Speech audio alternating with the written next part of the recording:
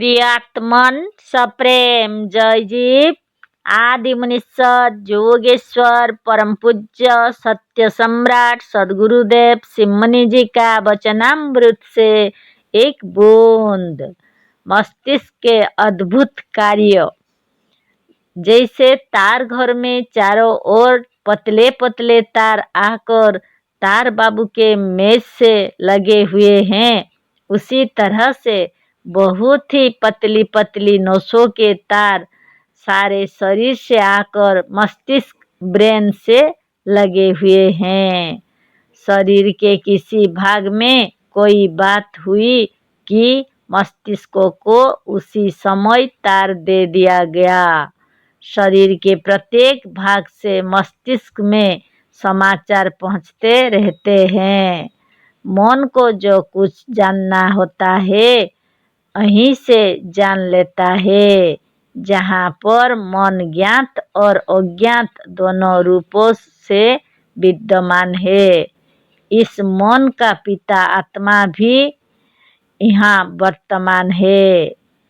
आत्मा के प्रकाश और मन की देखरेख में मस्तिष्क रूपी राजधानी से सारे शरीर का शासन प्रबंध और पालन पोषण होता रहता है। शरीर थकता है, मस्तिष्क थकता है, पर मन का बल अनंत काम करके भी नहीं थकता।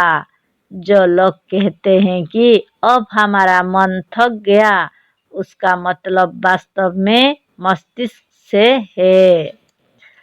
रक्त के प्रत्येक अणु सजीव है। इनमें से बहुत से अणु सेना का काम देते हैं। इनकी संख्या अनंत और असंख्य है। शरीर में कहीं चोट लगी कि मस्तिष्क के पास समाचार पहुंचा, मस्तिष्क से मन को मालूम हुआ, मस्तिष्क से मन को मालूम हुआ। मन ने मस्तिष्क रूपी तार घर द्वारा अपनी तमाम सेना के पास यह समाचार पहुंचा दिया और कुछ को वहां पहुंचने के लिए आज्ञा दे दी। बड़ी तेजी से सैनिक जहां चोट लगी थी वहां इकट्ठे होने लगे। चोट जिस स्थान में लगी थी वही स्थान असंख्य सैनिकों के इकट्ठे हो जाने के कारण फूल गया। चोट की जगह फूलने का कारण यही है। तमाम रक्त वाहिनी नाड़ियों द्वारा वेग से शरीर रक्षक सैनिक के जाने से जो रगड़ उत्पन्न हुई, उससे शरीर की गर्मी बढ़ गई और वैद्यों, डॉक्टर तथा हकीमों ने कहा कि जोर आ गया। अब हम आपसे पूछते हैं, क्या जोर कोई रोग है? कभी नहीं। इसे रोग नहीं कह सकते। यह सब तो शरीर रक्षा का वह प्रबंध है जिसे स्वयं हमारे मन की प्रकृति ने आत्मा की उपस्थिति में किया है।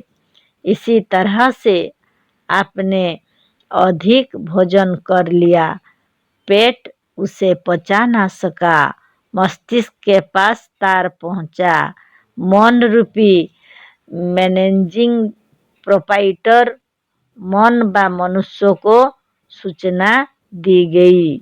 मन ने फिर इसी मस्तिष्क द्वारा अपने सैनिकों को आज्ञा दी। सैनिक चले, रगड़ से फिर जोर हो गया। डॉक्टर, हकीमों और वैद्यों ने कहा, यह बड़ा ही भयंकर जोर है। कार्यवश किसी दिन बहुत चलना पड़ा, पैर थक गया, मस्तिष्क के पास समाचार पहुंचा। असंख्य सैनिक पैर की ओर झुक पड़े, रगड़ उत्पन्न हुई और शरीर की कुछ गर्मी बढ़ गई। लोगों ने कहा, जोर हो गया।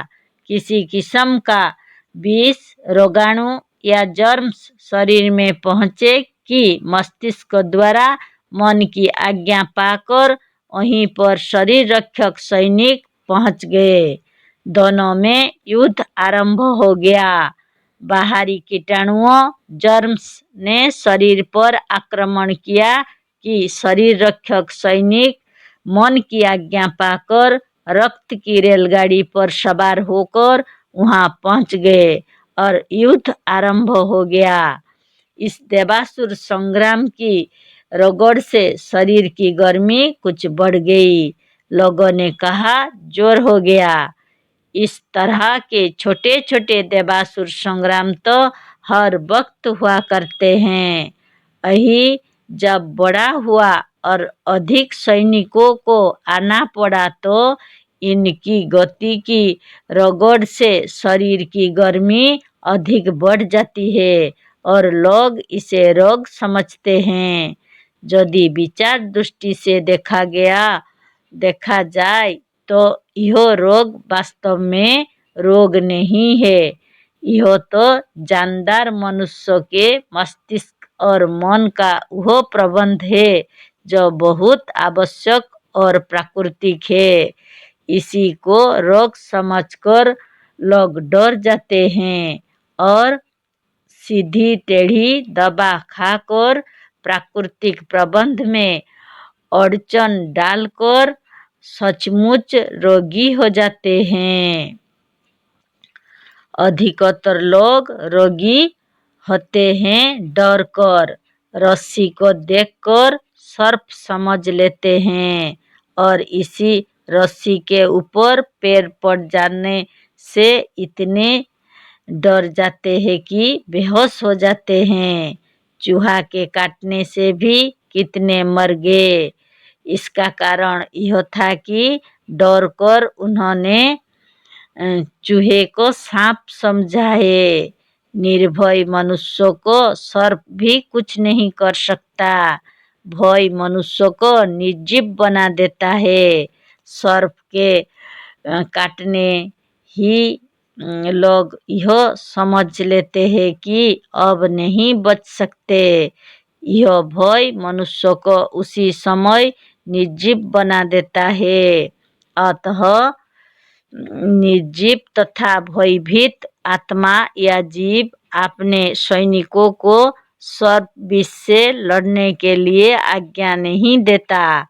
विष को मार डालने वाले सैनिक आज्ञा ना पाने के कारण चुपचाप बैठे रहते हैं और उनके देखते देखते मनुष्यों का शत्रु सर्प विष मनुष्य को परास्त करके मार डालता है। यही दशा बीमारियों में भी होती है। जो वास्तव में कोई रोग या बीमारी नहीं है उसे रोग और बीमारी समझकर मनुष्य उल्टी सीधी दवा करके प्राकृतिक प्रबंध में अड़चन डाल देते हैं। डरने से मन मस्तिष्क द्वारा अपने सैनिकों से उतना काम नहीं ले सकता जितना कि लेना चाहिए। अतः डर और उल्टी दवा जो रोग नहीं है उसे भी रोग बनाकर असाध्य कर देती है। अतः इन बातों पर खूब विचार करो और अपने हृदय से इस बड़े शत्रु को जो भय और डर के नाम से प्रसिद्ध है निकाल डालो। हमने ऊपर यह सिद्ध कर दिया है कि रोग उत्पन्न ही नहीं हुई। जो उत्पन्न ही नहीं हुआ उसी से डर कर मरना और दुखी रहना मूर्खता ही नहीं बहुत बड़ा पाप है। संसार में कोई ऐसी वस्तु नहीं है जो अनुपयोगी हो। संसार का कोई अणु, प्रकृति, आत्मा, जीव या ईश्वर का कोई प्रबंध या नियम हमारा शत्रु नहीं है। सब हमारी सहायता के लिए हैं। अतः सब डर छोड़कर निर्भय हो जाओ। रोग जो उत्पन्न ही नहीं हुआ उससे डरना छोड़कर प्रसन्न रहो। तुम ईश्वर हो, ईश्वर को कोई रोग नहीं हो सकता। तुम अपने को ईश्वर नहीं मानते तो कम से कम ईश्वर पुत्र तो मानते हो ही हो। क्या कोई अपने पुत्रों के लिए रोग, दोष और पाप बना सकता है?